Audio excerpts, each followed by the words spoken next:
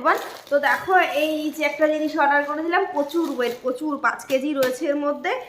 সেটা হচ্ছে colouring stone. চলো এটাও তোমাদের খুলে দেখাই সমস্ত কিছু। যত তুমি ছিঁড়েছিলে, তুমি ছেড়োনি?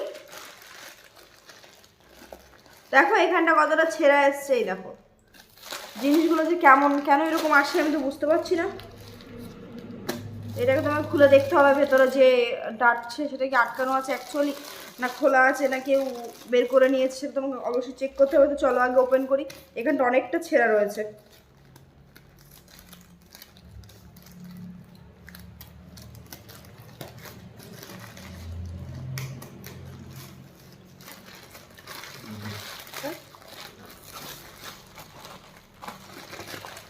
বের করা যাবে না, প্রচণ্ডভাবে টাইট করে আটকানো রয়েছে। আর